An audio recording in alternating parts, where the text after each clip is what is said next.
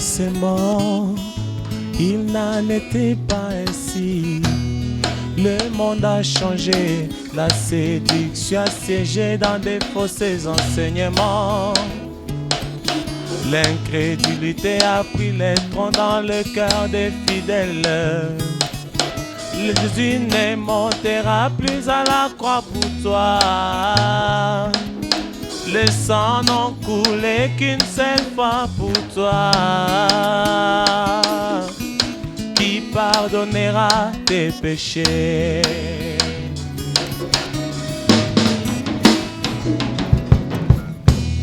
Au commencement, il n'en était pas ainsi.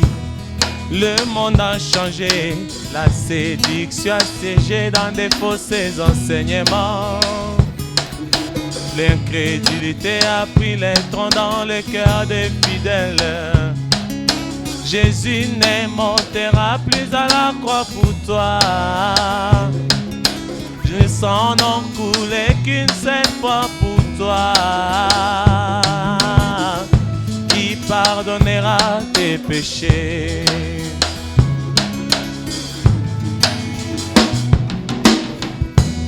Na lolenge nini yokoki kotalisa biso ete oza mosantu ndeko? Po kati na bapagano tozali se komona yo kati na bakristu yo wana pe na bango. Lakisa lolenge na yo na bosolo po mokili batatola ete yozali mosali na Nzambe tata. Me kasi yozali moto te, malili pete nde kokeba. Nzambe akosanza yo, akosanza yo, akosanza yo. Malili pete nde kokeba Nzambe akosanza yo, akosanza yo, akosanza yo.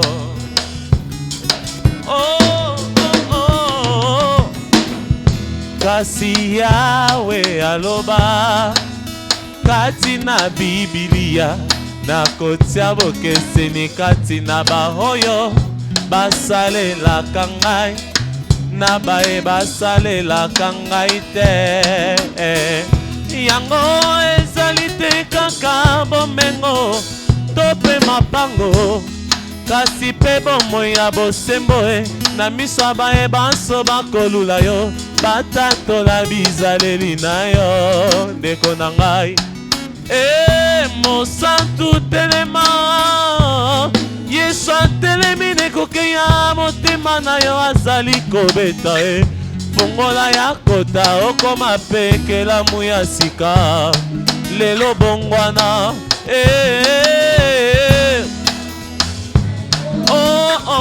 Tika motema na yo polele kolo akota, yozala tempelo ya molimo ya tata Nzambe.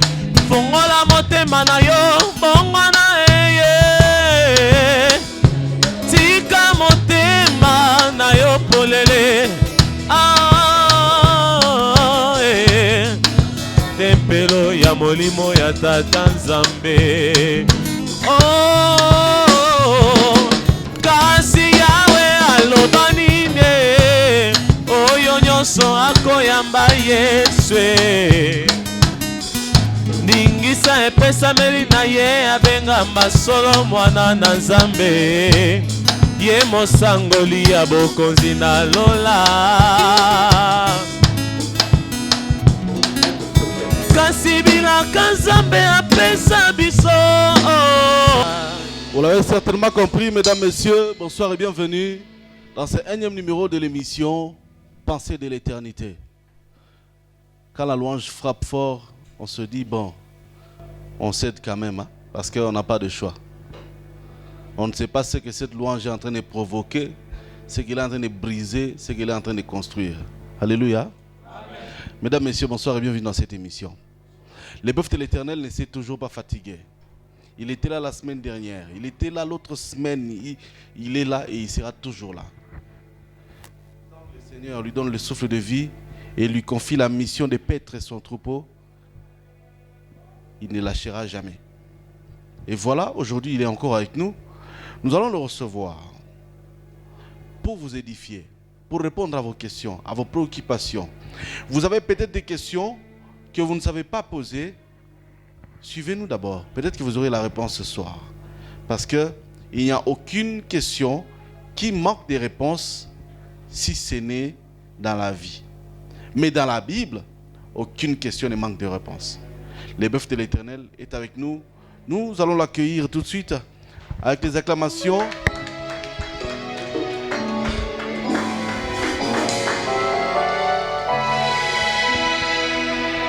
Pasteur Pierrot Panda, vous pouvez vous asseoir? Merci beaucoup. Vous allez bien? Dieu nous garde, nous sommes là toujours pour son œuvre et pour les peuples qui nous suivent partout où ils sont, nous disons que Dieu vous bénisse richement.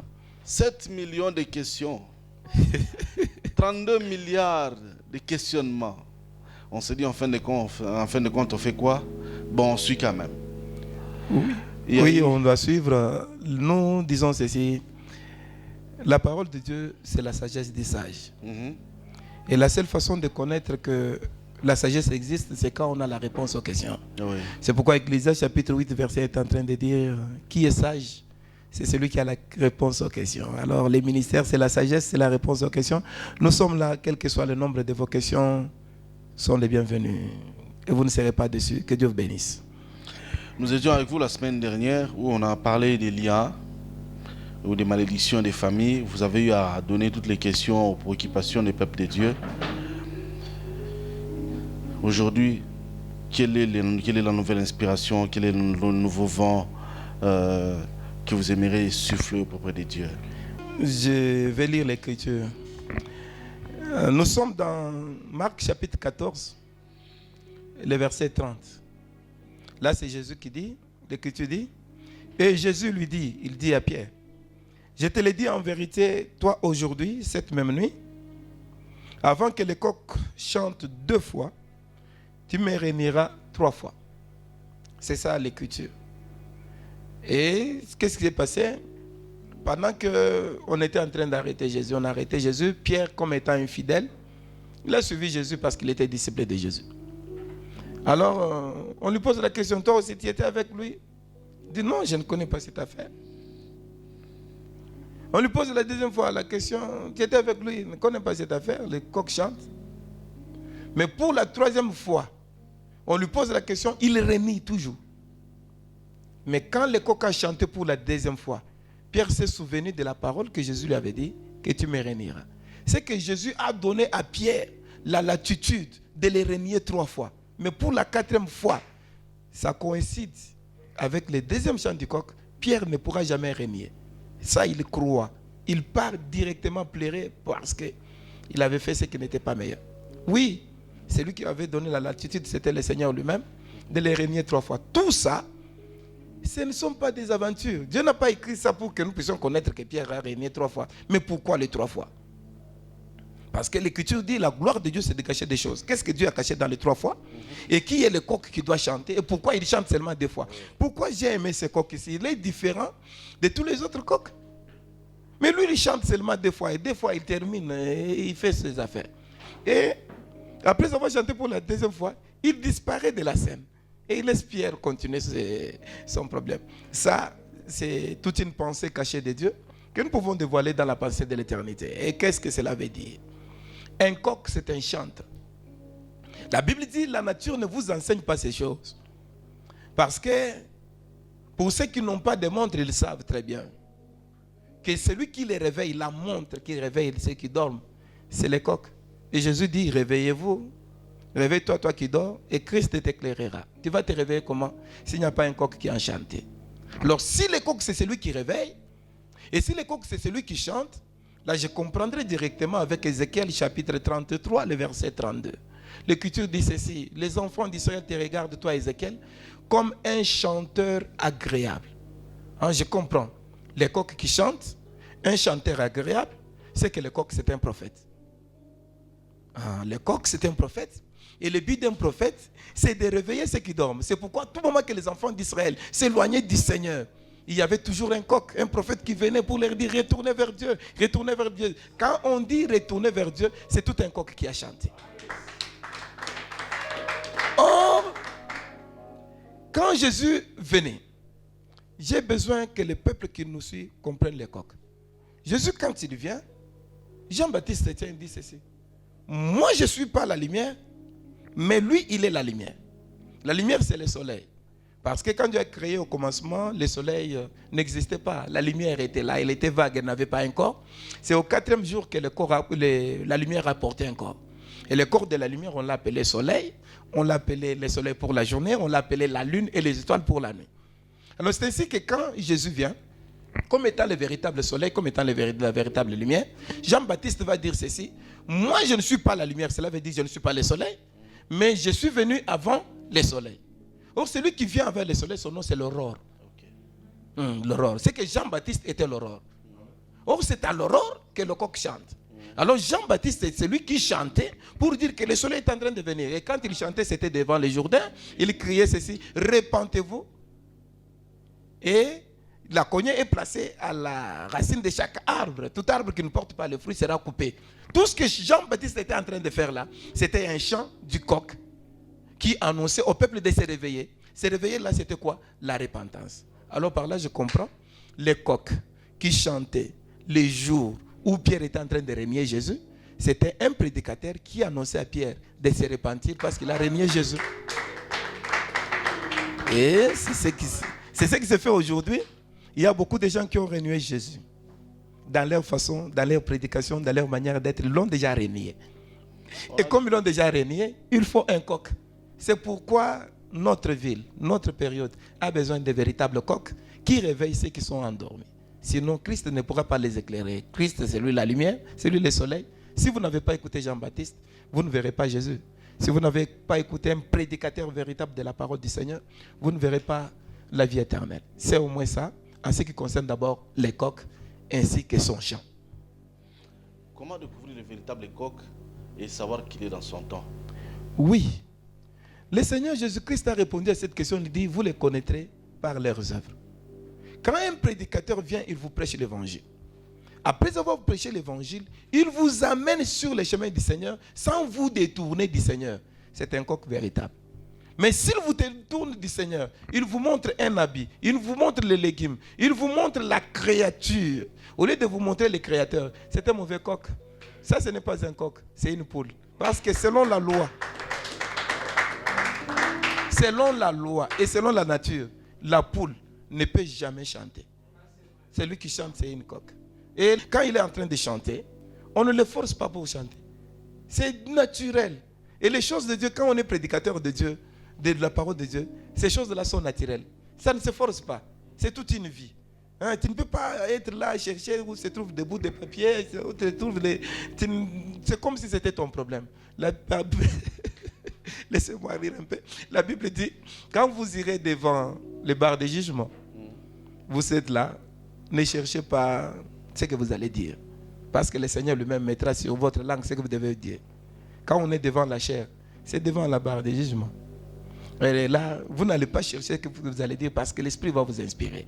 Alors, pour ceux qui nous suivent, les coqs véritables, on les connaît par ses œuvres. Si réellement un prédicateur nous annonce l'évangile, et par après, il nous montre les choses du monde, il ne nous montre pas le ciel, sachez que ce prédicateur-là, ce n'est pas un coq, c'est une poule. Alors, les enfants de Dieu doivent savoir la différence entre le coq et la poule. Et surtout, le bruit de la poule, c'est un faux bruit. Mais le chant du coq, c'est le véritable bruit.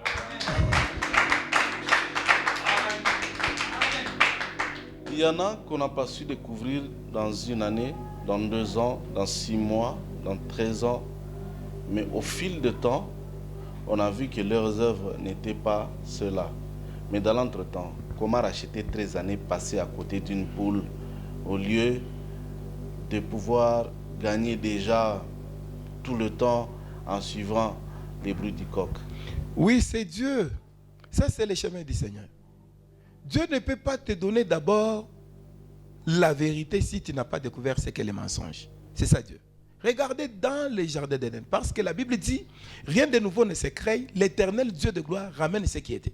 Et qu'est-ce qui était? Dans les jardins d'Éden, Adam, avant de voir l'arbre de vie, parce que les deux arbres étaient au milieu du jardin, il a vu d'abord l'arbre de la connaissance du bien et du mal. Et après, l'arbre de vie va venir comme étant un homme mourant à la croix pour racheter Adam. Et c'est de même aujourd'hui. Tu ne peux jamais connaître la vérité brusquement sans avoir vécu ce qui n'est pas la vérité. C'est pourquoi vous allez voir, la loi est venue avec Moïse. La loi n'était pas la vérité. Dans la loi, la vérité était cachée. Maintenant, Moïse est venu avec la loi. Les gens n'ont pas eu le salut. C'est maintenant en passant par la loi qu'on va voir maintenant l'arbre de vie qu'on appelle la grâce et la vérité.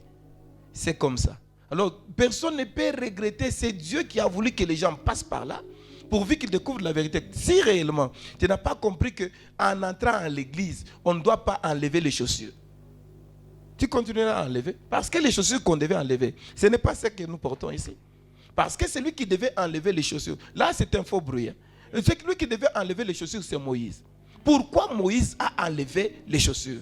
C'est pourquoi, mes bien-aimés, tous ceux qui sont en train de nous suivre doivent se rendre compte que tout ce qui a été écrit pour un but. Et le but là, c'est quoi? On a enlevé les chaussures de Moïse parce que Moïse n'était pas capable de racheter. Dieu l'appelle, il lui dit, ôte tes chaussures parce que les lieux sur lesquels tu es, c'est un lieu saint. Mais maintenant, nous, aujourd'hui, Moïse a enlevé, n'était incapable parce que celui qui doit porter les chaussures, c'est celui qui a le droit de rachat. Par le travail que Moïse est venu faire, il n'a pas racheté. C'est ce qu'il dit. L'Éternel Dieu vous suscitera un autre prophète comme moi, vous l'écouterez. Celui qui ne l'écoutera pas sera retranché du milieu du peuple. C'est que tout celui qui avait écouté Moïse n'avait pas la vie. Moïse a vu qu'il était incapable. Il envoie un autre. Et le prophète qu'il a appelé, c'était le Seigneur Jésus-Christ. Mais quand Jésus est venu, vous savez ce que Jean-Baptiste a dit? Je ne suis pas digne de délier même les lacets de ses sandales. Ah, mais Moïse, lui, il avait ôté, mais pour Jésus, on n'a pas ôté. Pour dire que Jésus, c'est celui qui a les droits de rachat. Et les chaussures.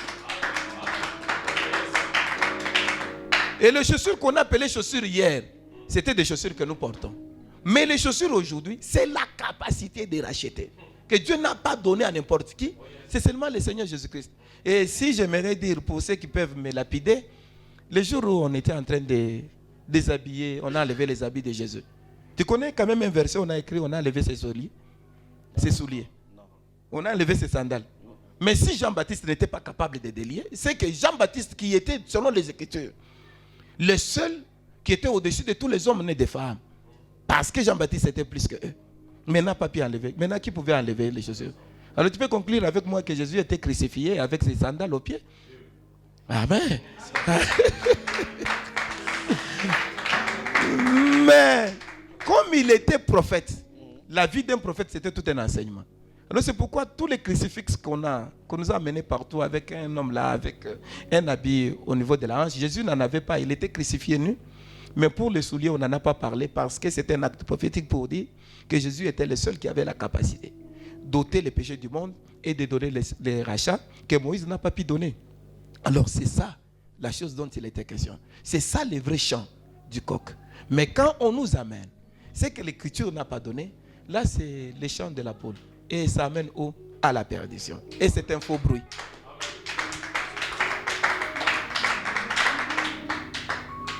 Il y en a qui ont bien commencé. Ah oui, je suis en train de partir là-bas.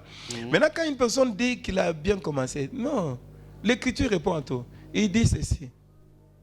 Regardez, considérez la marche de vos conducteurs. Et surtout, considérez leur fin. Et je dis à tous ceux qui sont en train de nous suivre, aussi longtemps que nous sommes fidèles au Seigneur, soyez fidèles. Mais si nous nous éloignons des Écritures, mettez-nous de côté, parce que c'est la fin dont Dieu considère. Considérez leur fin. Tu avais bien commencé avec le nom de Jésus. Aujourd'hui, on te voit avec les légumes. Tu commences à nous vendre des légumes et tu commences à nous vendre tout. Mais ce n'est pas comme ça que tu avais commencé. Tous ces gens qui sont là, qui sont en train de vous vendre tout ce qu'on vous vend là, demandez-les s'ils avaient commencé avec ça. Or, la Bible dit, Jude verset 3, que la foi nous a été transmise une fois pour toutes. La foi, c'est la mise en pratique de la parole. Ce que tu connaissais quand tu es venu au Seigneur, c'est ce que tu dois garder. Que personne ne vous éloigne de l'objectif pour lequel le Seigneur vous a appelé. C'est pourquoi nous nous chantons, nous disons, au commencement, il n'en était pas ainsi. Pasteur Pierrot, au commencement, il n'en était pas ainsi. Mais après, les choses ont commencé à changer. Parce que nous parlons, parce que le coq chante. Il y en a qui écoutent. Ils peuvent tromper le peuple de Dieu. Ils peuvent tromper l'environnement, mais jamais leur propre conscience. Ils savent très bien. Que direz-vous à cette personne qui ne peut pas tromper sa conscience, mais qui se dit ce gars qui va changer, c'est la voie Piaka. King, il y a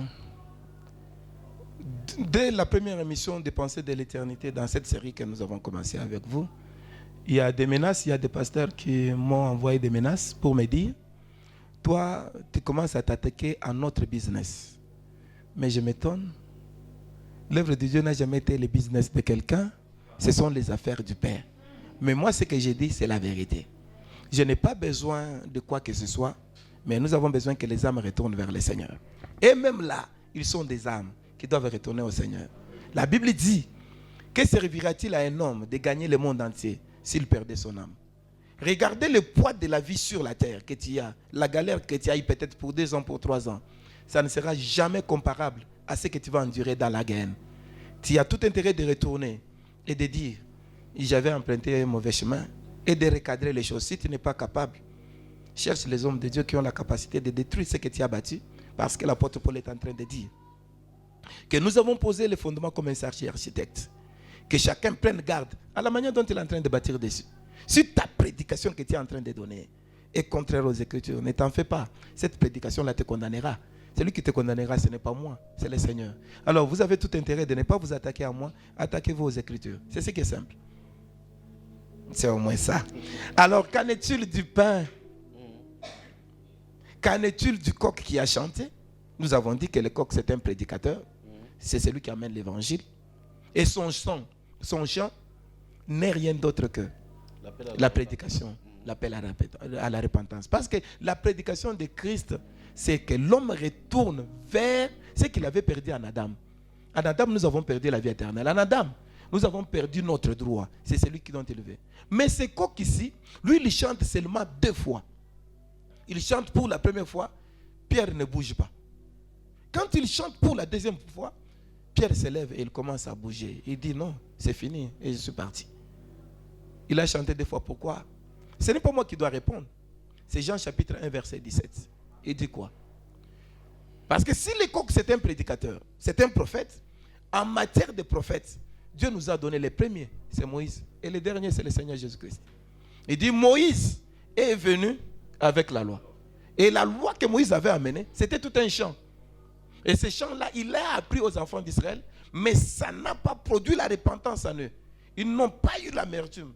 Regardez quand le coq chante pour la deuxième fois, Pierre a l'amertume. Il se répand. Pourquoi j'ai fait ça? Mais pour la première fois, Pierre ne s'est pas repenti. Pierre typifie tout un peuple, l'humanité entière en Adam. Avec le chant de Moïse qu'on appelait la loi, l'incrédulité a demeuré. Personne n'a changé. Mais maintenant, il fallait que Jésus vienne avec la grâce et la vérité comme étant un chant. Et ce chant-là, c'est un cantique nouveau. C'est pourquoi dans Apocalypse chapitre 5, le verset 8 à 10, il est écrit ceci. Il chantait un cantique nouveau, le cantique de l'agneau. Le cantique nouveau, s'il y a un cantique nouveau, c'est qu'il y a un cantique ancien. Quel était le cantique ancien? Mais c'était la loi de Moïse, c'était tout un cantique, mais qui était devenu obsolète, qui ne pouvait pas donner la vie. Et c'est ainsi qu'il fallait les remplacer par un cantique nouveau. Ce n'est pas moi qui dis, c'est Hébreu qui est en train de dire. Il dit quoi? Il dit ceci, la loi n'a pas amené à la perfection, n'a pas introduit l'espérance dont le peuple avait besoin. C'est ainsi que la loi devait être remplacée par une nouvelle loi, une nouvelle grâce, que nous appelons la grâce et la vérité. Alors la loi, c'était l'ancien cantique, il n'a pas amené la perfection, et celui qui a chanté, c'était toujours le même coq, le coq du sacrificateur. Et n'oubliez pas, là où Pierre a régné Jésus, c'était où? Vous savez, c'était dans la parcelle du souverain sacrificateur. C'est là où il est parti régner Jésus. Il n'a pas régné devant Ponce Pilate, non. Dans la parcelle du souverain sacrificateur. Et qui est le souverain sacrificateur? Mais c'est Dieu lui-même. Et sa parcelle, c'est le monde. Et Dieu avait un coq, son coq qui a chanté premièrement, c'était Moïse. Quand Moïse a chanté, il chante. Oui, c'est la pensée de l'éternité, comme tu venais de le dire. Dans la parcelle du souverain sacrificateur qu'on appelle Dieu, Il avait un coq qui a chanté, et pendant qu'il a chanté, l'humanité entière dans Pierre n'a pas bougé. Alors Dieu dit, toujours le même coq ici va chanter. Et n'oubliez pas que Jésus, c'est la forme de Moïse, mais dans l'autre face. Alors c'est ainsi que le coq va chanter pour la deuxième fois. Quand il commence à chanter, directement Pierre reconnaît, il dit, ah, l'œuvre de la croix. Et qu'est-ce que j'aimerais dire par là? Il y a l'ancien cantique que tu as écouté, qui ne t'a pas amené à la repentance, parce que ce n'était pas clair. Le but de la loi n'était pas claire. Dieu ne voulait pas un agneau, mais Dieu voulait un homme pour sauver l'homme. Parce que pour sauver l'homme, il faut l'homme. Quand le péché est entré dans le monde par les serpents, il faut aussi qu'un serpent puisse venir. C'est comme ça que Dieu agit. Ce qui est entré par la mort là, Dieu l'enlève par la mort. Dans le jardin d'Éden, le péché est entré par les serpents. C'est ainsi que, pour que le péché parte, il faut que les serpents viennent. C'est ainsi que quand Jésus va venir, il va vous dire quoi? Comme Moïse éleva les serpents des reins dans le désert, de même le Fils de l'homme sera élevé. Il s'est dit que lui, il est un serpent. Les Juifs ont compris que cet homme, c'est un serpent. Et regardez la manière qu'on l'a tapé. On ne l'a pas tapé comme un homme. Hein. Il est mort comme un serpent. Aucun homme n'a reçu une telle frappe. Parce que le châtiment qui nous donne la paix devait tomber sur lui. Alors voyez-vous, Moïse, c'est le premier coq qui a chanté avec la loi. Mais quand la grâce est venue, c'est pour que les gens se répandent. J'aimerais que celui qui me suit en ce moment puisse se rendre compte que la grâce n'est pas venue pour que les peuples puissent chercher à avoir des parcelles, des maisons, des véhicules, tout ça. Ça sont des cadeaux. Parce que la Bible dit, cherchez premièrement le royaume des cieux. Et tout le reste vous sera donné par ce quoi. Regardez les prédications que nous avons aujourd'hui. Viens au Seigneur Jésus, tu auras des enfants. Viens au Seigneur Jésus, tu auras des diplômes. Viens au Seigneur. Mais tous ceux qui ont les enfants et diplômes ici, ils sont venus au Seigneur Jésus-Christ sans Jésus. Il y a même des sorciers. Il y a même des sorciers. Ils en ont. Ah, la seule chose qu'eux ne peuvent pas avoir, c'est la vie éternelle. C'est que, bien-aimés dans le Seigneur, la prédication de la grâce, la prédication de la vérité, c'est la prédication qui fait sortir une personne de la vie du péché et l'amener dans la sainteté et lui accorder l'espérance d'aller rencontrer le Seigneur dans les airs. Un pasteur m'avait suivi, il m'a dit, pasteur, ne t'en fais pas. Lola nini yo kokende. Oyo, ceux qui n'a mokili oyo, ozo mona pasi, ozo tambola na pasi. Na lola okobika nini, okobika kaka pasi.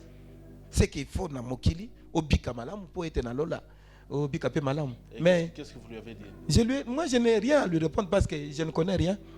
J'ai appelé les Écritures. En appelant les Écritures, Jésus-Christ est venu plus vite. Il me dit qu'un jour, il était en train de parler sur les riches Lazare et sur les riches et les pauvres Lazare. Les riches étaient riches sur la terre. Il avait reçu tout sur la terre. Mais quand il était temps d'aller sur la poitrine d'Abraham, c'est là où j'aime l'émission de la pensée de l'éternité parce que ça explique aussi même la poitrine d'Abraham. Hein? Pourquoi est-ce qu'il pouvait partir partout? Dieu parle seulement sur la poitrine d'Abraham. Pourquoi? Pourquoi il n'est pas parti sur la poitrine de Moïse? C'est que la poitrine d'Abraham là c'est autre chose. Mais quand ils sont partis sur la poitrine d'Abraham, c'est les pauvres qui étaient sur la poitrine d'Abraham et c'est les riches qui n'étaient pas sur la poitrine d'Abraham. Et il était en train de pleurer. C'est que tu peux avoir tout sur la terre. Cela ne te garantit pas le ciel. Ce qui te garantit le ciel, c'est l'enseignement de la parole. C'est pourquoi tous les peuples de Dieu aimaient la parole, évitaient les spectacles. Aujourd'hui, les gens aiment les spectacles. Mais comme j'ai ouvert une parenthèse, je ne peux pas vous laisser, sinon vous allez mourir. Alors, notre travail, c'est de donner la vie. La poitrine d'Abraham, c'est quoi? Vous savez, dans le jardin d'Éden, c'est lui qui avait pris le fruit, son nom, c'était Adam. Quand il a pris le fruit, c'est qui lui a été interdit. L'acte de prendre le fruit qui lui a été interdit, si j'appelle les gens qui sont intelligents ici, ils nous diront c'est quoi? Mais c'est du vol. C'est que Adam, dans le jardin d'Éden, c'était un voleur. C'était un brigand. C'est ainsi que Jésus-Christ, à la croix, ne pouvait pas partir, terminer son travail sans récupérer le voleur du jardin d'Éden. C'est ainsi que vous allez voir, Adam, qui avait été voleur, à la croix, Jésus le récupère. On l'a crucifié avec qui? Les brigands, les voleurs. Et le voleur dit non. Quand l'autre là était en train de lui dire non, il est en train de se moquer de Jésus. Non. Lui, il n'est pas coupable. Mais nous sommes des voleurs. Ils étaient des voleurs où? Dans le jardin d'Éden. Et il pose maintenant la question à Jésus. Jésus, quand tu viendras dans ton règne, ne m'oublie pas. Il dit non, aujourd'hui, je serai avec toi où? Dans le paradis. Or, Adam était chassé où? Dans le paradis. les voleurs de la croix. C'est le retour d'Adam dans son paradis. Pour retourner dans le paradis, il faut s'attacher à Jésus. Jésus, la parole. Et maintenant, je suis en train de continuer. Pour dire quoi à tous ceux qui sont en train de nous suivre? La poitrine d'Abraham, c'est quoi?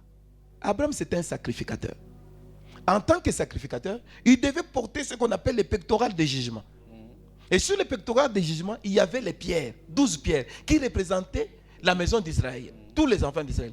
Si les sacrificateurs dorment, ils dormaient avec les enfants d'Israël. C'est que les enfants d'Israël habitaient sur la poitrine des sacrificateurs. C'était ça leur habitation.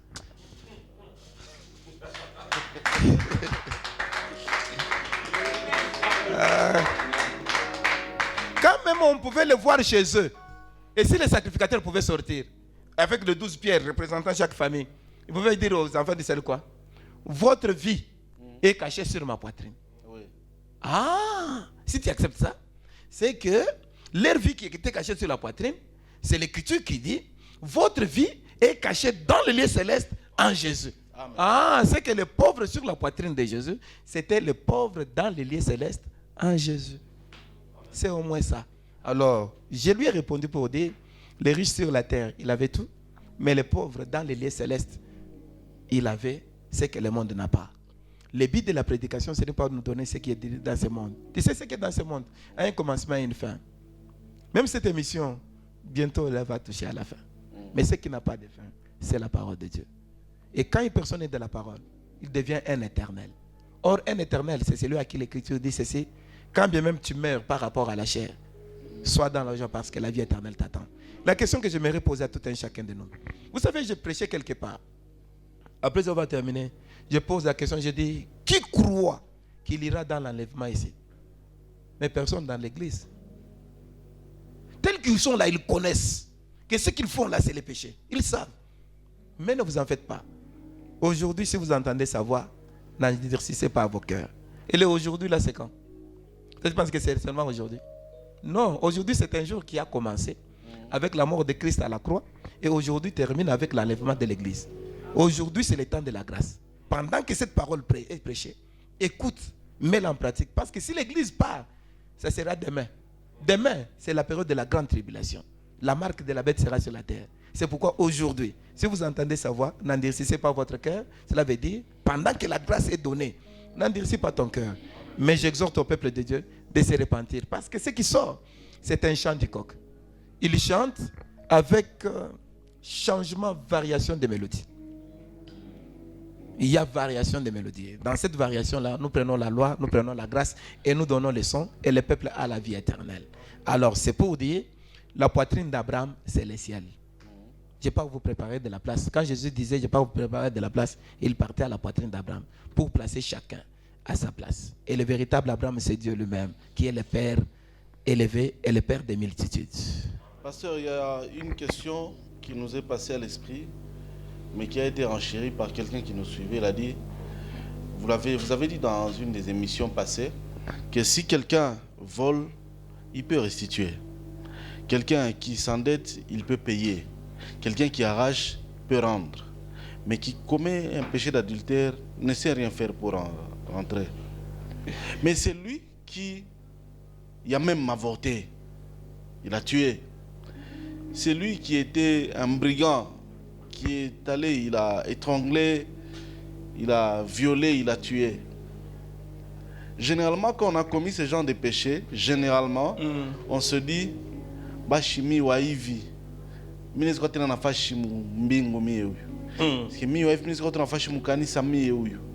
et quand il se dit ça, ou quand nous disons ça, on n'a plus tout de suite le courage de continuer. On se dit, bon, Shiaba Tushaku Ozaka, c'est l'expression que la plupart des gens utilisent.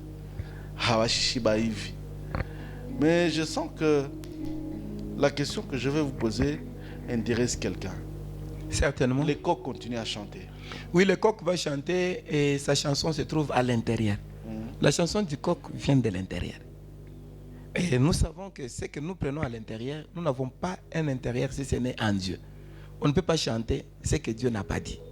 Écoutez Actes des Apôtres chapitre 17, le verset 30. Il dit ceci. Dieu, sans tenir compte des temps d'ignorance, annonce maintenant à tous les hommes en tout lieu qu'ils aient à se repentir. Dieu ne tient pas compte de tes temps là que tu avais avorté, tout ça. Mais il dit en tout lieu, à tous les hommes, repentez-vous. Et la repentance, c'est quoi? C'est là où il y a un problème avec les gens aujourd'hui. La repentance, ce n'est pas se tenir dans l'église, commencer à crier, Seigneur, pardonne-moi, j'ai commis le péché, Seigneur, pardonne-moi. On entend un cantique et les gens commencent à chanter, Miniko Wazambi. Non, non. La repentance, c'est reconnaître son péché. Et l'abandonner. Demander à Dieu pardon et abandonner. Ne pas retourner en ça.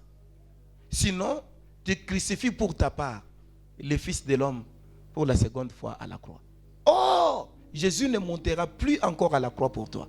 Il est déjà monté une fois pour toutes. C'est que quand nous annonçons cette parole, ces chants que nous sommes en train de donner, pour éloigner le faux bruit, parce que les gens sont arrivés au point où il peut mener toute vie qu'il peut mener, partout où il est. Parce que quand il retournera à l'église, on va entonner un cantique pour dire demander pardon. Alors on commence à demander pardon, il demande pardon, il est saint devant Dieu par son pardon qu'il a demandé. Et il part chez lui à la maison, il retourne dans sa vie là.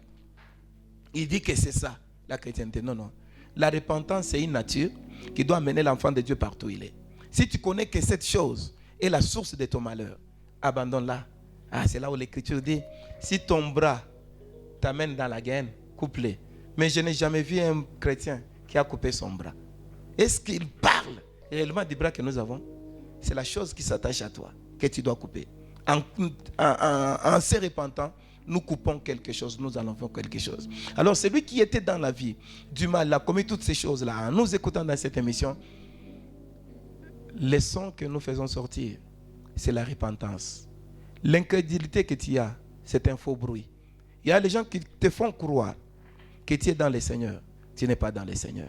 Mais être dans le Seigneur, c'est écouter la parole et la mettre en pratique. Et regardez, avant que je ne puisse vous donner la parole, avant que je ne retourne à vous plutôt, nous sommes en train de dire ceci. Tu peux être là parce que tu vois des visions, parce que tu prophétises, tu penses que tu as Dieu.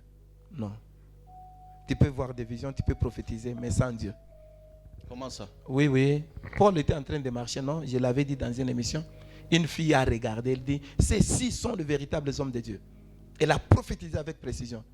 Mais ce n'était pas la prophétie de Dieu. Parce que Paul s'était rendu compte que c'était l'esprit de Python. Alors il y a des gens qui prophétisent, qui voient des visions ici, à qui on est en train de dire avance. Je ne sais pas quels sont les termes qu'on dit parce que je ne m'intéresse pas à leurs thèmes. Je m'intéresse aux Écritures. Mais qui ne viennent pas de Dieu. Ça vient de l'ennemi. Alors, nous savons une chose, la repentance, c'est quand tu as écouté la parole, tu l'as mis en pratique, tu as abandonné quelque chose. Ils doivent seulement retourner vers le Seigneur parce que c'est ça, les chants du coq.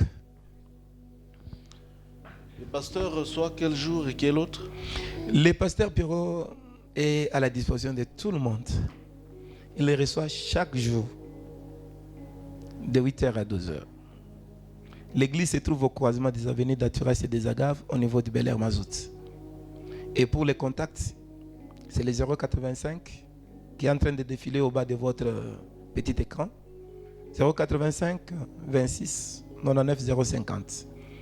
Et nous disons, vous pouvez nous retrouver sur YouTube en faisant Pensée de l'éternité, en composant. Vous allez nous trouver sur Twitter, sur aussi la page Facebook. Nous sommes là toujours en tant que Pensée de l'éternité. Mais surtout, nous sommes sur le site de l'église www.les racheter en un mot, les racheter, les avec S, racheter avec S à la fin, .org. Et là, vous pouvez nous avoir sans difficulté. Que Dieu vous bénisse. Pasteur, nous vous remercions pour votre disponibilité. Merci beaucoup. Nous vous remercions pour cette initiative qui est en train de racheter plus d'une âme. Merci. Je crois que, mesdames, messieurs, avant que je ne prononce notre phrase légendaire, vous savez une chose. Toutes les prédications que vous recevez là, je n'ai pas dit que c'est la Bible qui le dit. Mais en tant qu'humain et personne avertie, j'imagine que toutes les prédications que vous recevez sont comptées. Si vous en avez 10 millions, qu'est-ce que vous en avez fait? Le Seigneur ne descendra certainement pas pour vous juger, mais vous serez mis face à votre propre vie.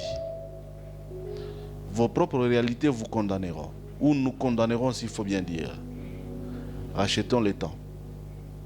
Pendant que les coqs chantent, ne les perdons pas. Parce qu'il y aura un temps où le coq finira sa course, comme l'homme de Dieu a dit, il va disparaître de la scène. Nous aurons peut-être des poules, mais ils ne feront pas le rôle des coqs. Nous aurons peut-être des souris, mais ils ne seront jamais des coqs. Nous aurons peut-être des oiseaux, mais ils ne seront jamais des coqs. Une pierre jetée doit nécessairement tomber. Au cas où elle ne tombe pas, c'est que c'est une autre forme d'oiseau. À tous et à chacun, merci de nous avoir suivis. Merci. Merci, papa. Merci.